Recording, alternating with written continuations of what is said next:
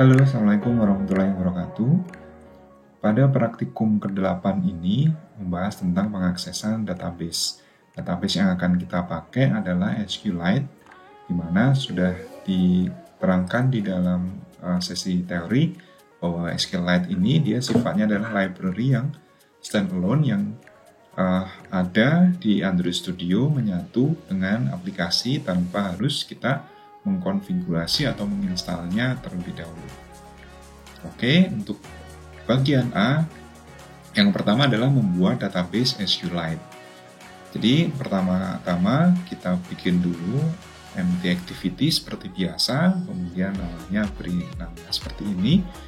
Kemudian bikin sebuah file Kotlin ya, namanya bebas, tapi kita tentukan aja di situ adalah namanya dbhelper.kt. Isinya seperti ini.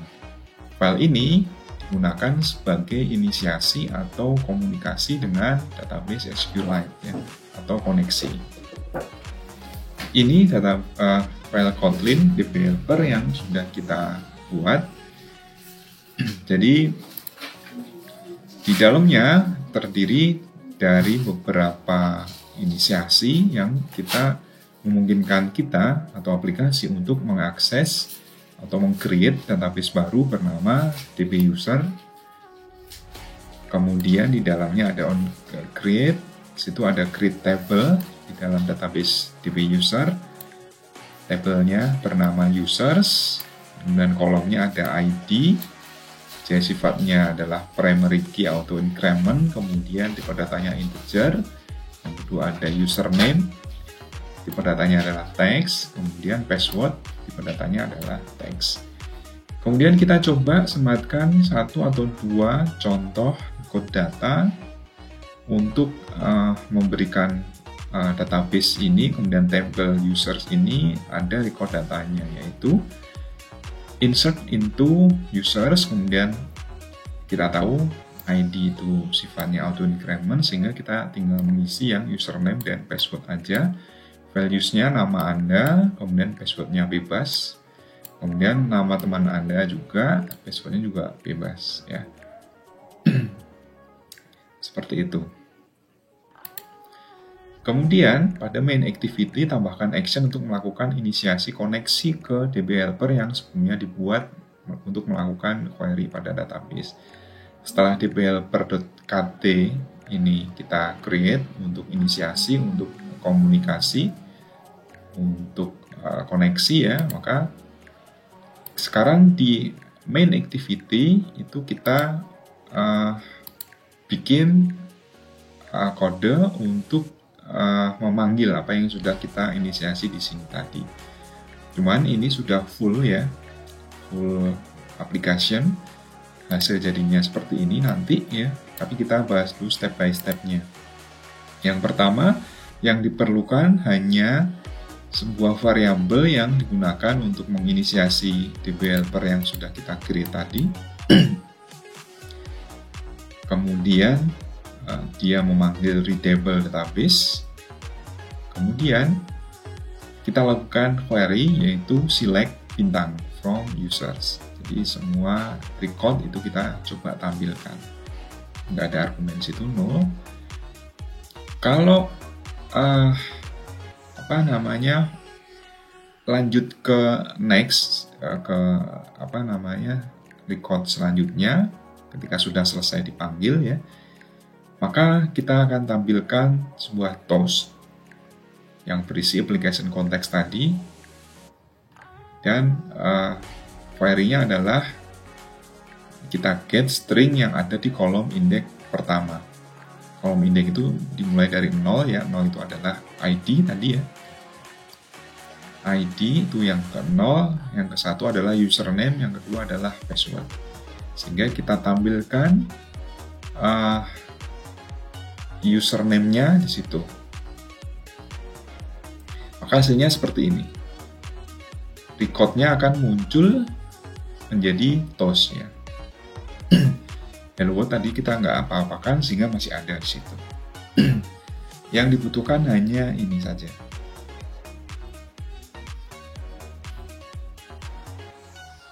Kemudian Untuk memeriksa apakah record data sudah masuk pada SQLite, maka gunakan fitur Database Inspector pada Android Studio dengan API level 26 ke atas. Pakai menu View Tools, Tool Windows Database Inspector, atau bisa menggunakan menu yang ada di sini.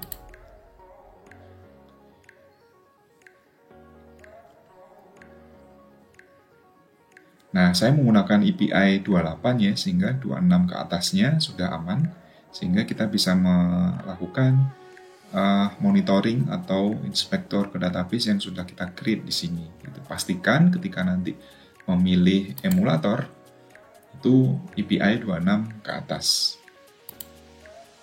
Jadi saya menggunakan API 28 sehingga kita bisa melihatnya di sini. Dan tinggal dipilih, double klik aja, maka record yang sekarang ada itu muncul di sini. Kita checklist live update kalau ingin langsung terjadi perubahan di sini ketika query atau insert atau update itu dilakukan, atau operasi database itu dilakukan di aplikasi. Oke, seperti ini ya. Klik. Kebetulan hanya ada satu database dan satu user di situ. Oke, yang kedua, bagian B adalah menambah data atau insert.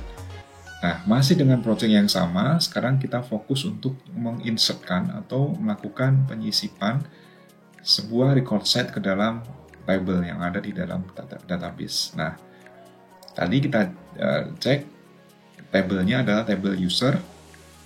Isian yang diperlukan untuk meng-create record baru adalah username dan password. Kemudian kita create juga tombol simpan. Isian untuk passwordnya di set bullet ya, atau bullet itu bullet-bulletnya. Jadi menyamarkan isian password. Nah, seperti ini. Ini sudah kita create ini kita hide dulu, kemudian nah, seperti ini yang kita create ya. Username-nya biasa, jadi text person name-nya, input type-nya, kemudian password ini yang input type-nya dibuat text password agar apa yang diisikan itu menjadi disamarkan atau diinisialkan. Kemudian sebuah button simpan sudah, kalau perlu ditaruh seperti ini ya, text view. Ini kalau ID-nya ini abaikan aja, merah, karena memang kita nggak pakai, nggak dihapus pun nggak masalah gitu. Itu yang akan kita create untuk membuat input atau insert. Tambahkan action untuk simpan ketika diklik, yaitu akan menyimpan hasil isian dan menampilkan pesan konfirmasi bahwa data berhasil disimpan. Ya. Toast yang sebelumnya digunakan bisa dihilangkan. Jadi toast yang kita pakai untuk ngecek apakah sudah muncul atau belum, ini ya, ini kita bisa hilangkan. Ya, ini kita bisa dihilangkan karena diganti dengan toast yang lain. Nah, ini adalah action-nya. Jadi apa yang kita codekan ke file Kotlin. Saya kira ini sudah pernah kita bahas ya. Kita inisiasikan dulu variabelnya, kemudian kita panggil di elemen yang mana variabel tersebut. Helper tadi kita masih pakai ya, karena untuk mengecek data nanti akan kita pakai juga. Ini kita bisa hilangkan. Nah, inilah yang kita akan pakaikan ke code kita, yaitu menginsertkan record baru ketika button save ini diklik ya. Button save itu simpan tadi ya. Tetap kita menggunakan content values untuk melakukan insert atau update. Kemudian yang diinsertkan yaitu dua field ya. Yang pertama adalah username, apa yang diisikan ke ET username itu dikonvert menjadi string, kemudian disimpan ke field username di dalam SQLite tipe user ya, SQLite table user. Dan field yang kedua adalah password, sama, kemudian dikasihlah perintah untuk insert ke table users. Tidak ada parameter yang lain. Kemudian content values yang tadi kita inisiasikan di atas dipanggil. Kemudian kita requery untuk mengupdate, memperbarui data yang sudah masuk. Ketika nanti ingin ditampilkan, maka yang ditampilkan adalah data yang terbaru ya. Setelah ini berhasil, maka munculkan alert dialog.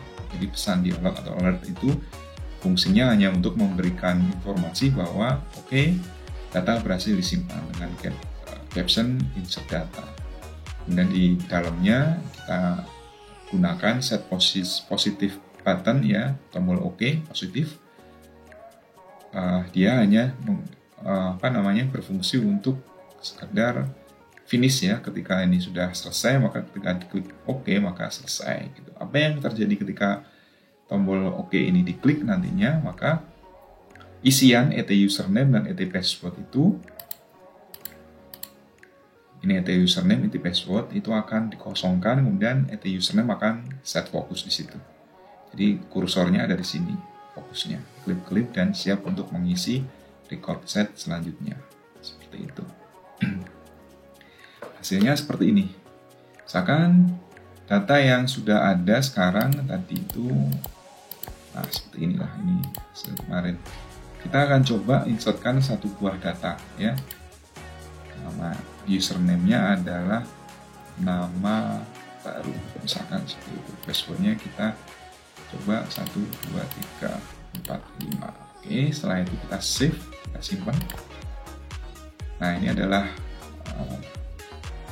alert dialognya, insert data ini captionnya, kemudian message-nya ada di data berhasil disimpan. Kemudian kalau klik OK, maka kosong, kemudian kursor akan kembali di sini dan kita cek karena ini tadi require, maka di update yang ada di sini, dan next. Nah, inilah yang barusan kita insertkan tadi.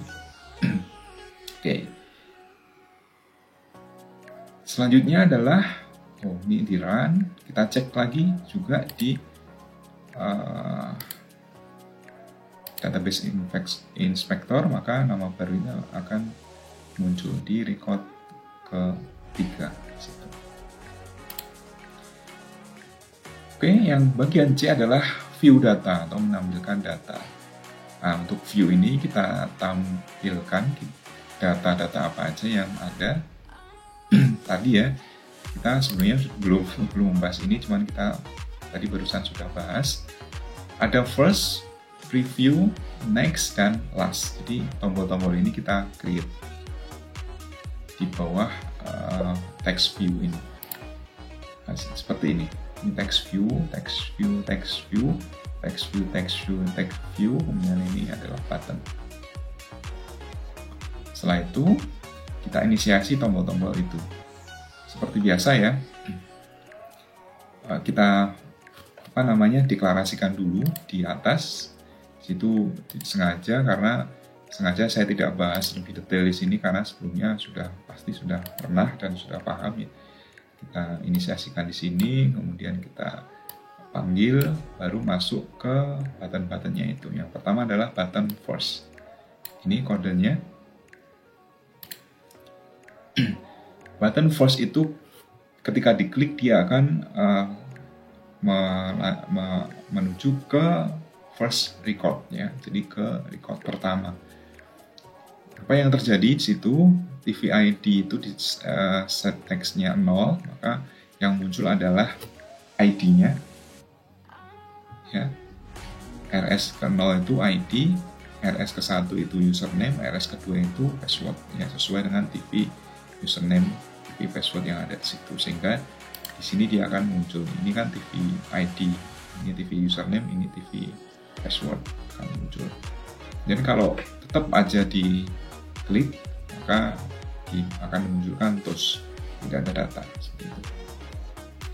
Kemudian button pref itu ini dia diklik, maka ketika dia diklik maka akan menuju ke record sebelumnya, satu record sebelumnya.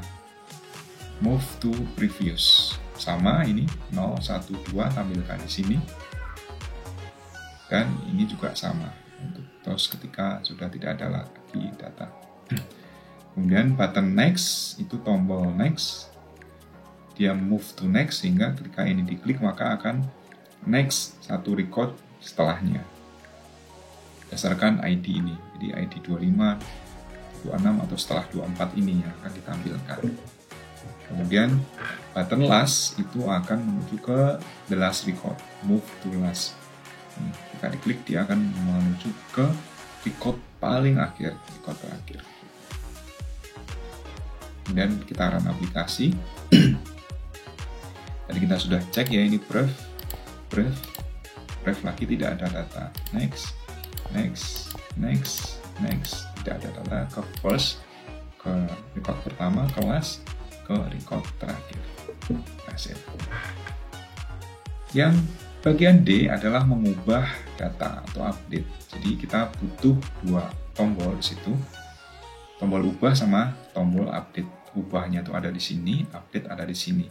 Jadi ubah itu digunakan untuk ketika diklik ya, kursornya di sini. Ketika ini diklik maka dia akan masuk ke isian. Kemudian nanti kita isikan, kita ubah, kemudian baru kita simpan dengan mengklik tombol update. Seperti itu. Tombol simpan tidak lagi berfungsi karena kalau difungsikan nanti akan menyimpan record baru ya, tapi dengan username dan password yang sama datanya. Jadi dibuat dulu tombol ubah dan tombol update. Nah, di dalam main activity ini kita agak trik ya. Kita tricky dengan button update-nya itu di set disable dulu, enable-nya dibuat false dulu di atas sehingga kita cek di atas. Nih, dia di set enable sehingga ketika pertama kali di run update ini nanti akan sifatnya akan disable tadi yang sebelumnya kita cek ya. Terus kemudian kita tambahkan btn ubahnya set on click listener. Jadi apa yang terjadi di set on click listener ketika btn ubah ini diklik? Maka yang pertama adalah kita inisiasi username berasal dari sini. Kemudian artinya kita simpan ya apa yang ada di TV username. TV username itu ini, nama baru ini kita simpan, kita jadikan string, kemudian kita simpan ke variabel namanya username. Username ini nantinya akan ditaruh di et username, akan ditaruh di sini. Ini et username that set text menjadi username. Jadi ini disimpan ke username, username akan ditaruh di sini. Password juga sama. Kemudian btn update yang tadinya itu disable sekarang menjadi enable true. Dan sebaliknya simpan ini yang tadinya enable sekarang di false kan sehingga menjadi disable. Ini tricky ya. Kemudian action untuk update ini yang utama ya. Kalau tadi kan ubahnya, jadi ketika ini diklik hanya memindahkan apa yang ada di sini ke sini. Tapi ketika ini diklik, button update ini diklik, maka akan menyimpan perubahan apa yang kita masukkan di sini. Nama baru 2 misalkan ya. Passwordnya kita ubah menjadi xxxxx. Apa yang terjadi di situ? Maka akan terjadi perubahan update pada table users berdasarkan ID berapa, ID yang kita panggil di sini. Jadi tidak semuanya itu diubah. Ini penting ya, jangan sampai tidak ada parameter ID-nya karena kalau tidak ada maka semua akan ikut berubah nanti. ID itu dipanggil dari RS yang indeksnya adalah 0. 0 adalah ID-nya. Seperti itu. Kalau sama di re-query lagi, kemudian setelah ini selesai, maka keluarkan alert dialog. Data berhasil diperbarui, kemudian ketika diklik OK, maka username dan passwordnya kembali dikosongkan, dengan username akan set fokusnya akan kembali ke username. Seperti itu, kemudian kembali button update-nya itu disablekan dan button simpannya itu di-enablekan. Kita cek, ini sudah kita ubah, kita update, ubah data berhasil diperbarui. Oke, nah dia akan kosong dan kursornya ada di sini, dan setelah di query maka Ini harusnya nama baru ini yang tadinya kita simpen, ini karena sintaknya hanya segini ya, maka kita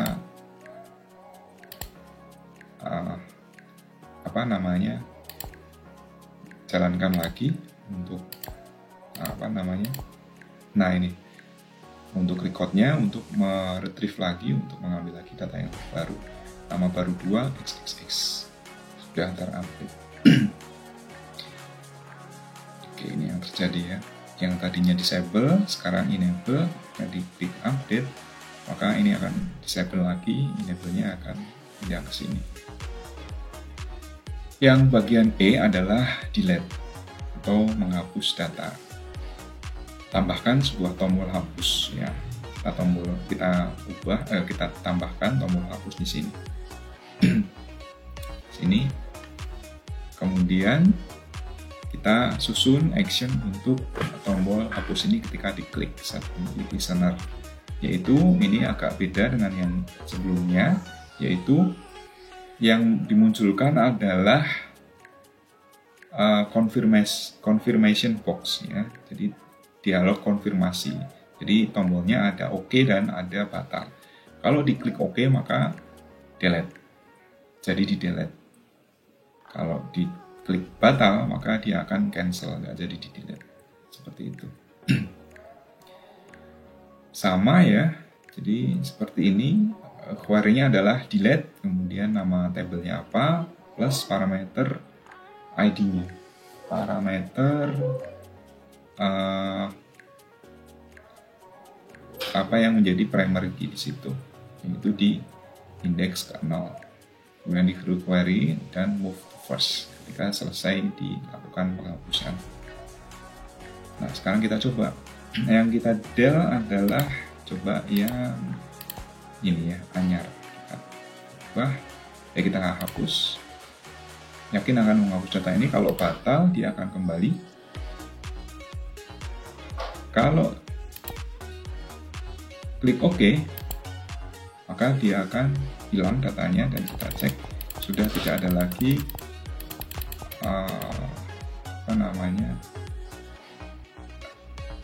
data tersebut ya.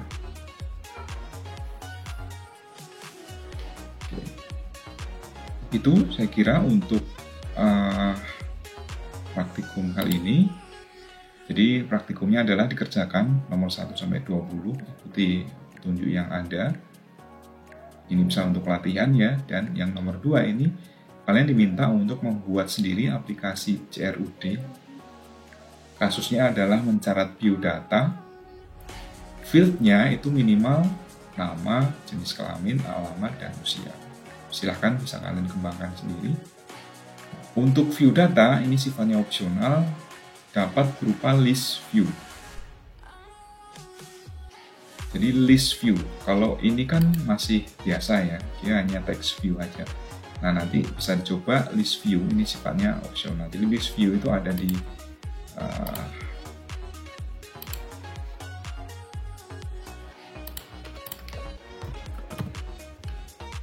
ini ya, pakai ini list view untuk menunjukkan data berupa list. Nama database dan table bebas, jadi namanya bebas, jangan dijadikan satu dengan table database yang ada di sini. Jadi kalian bikin lagi yang baru.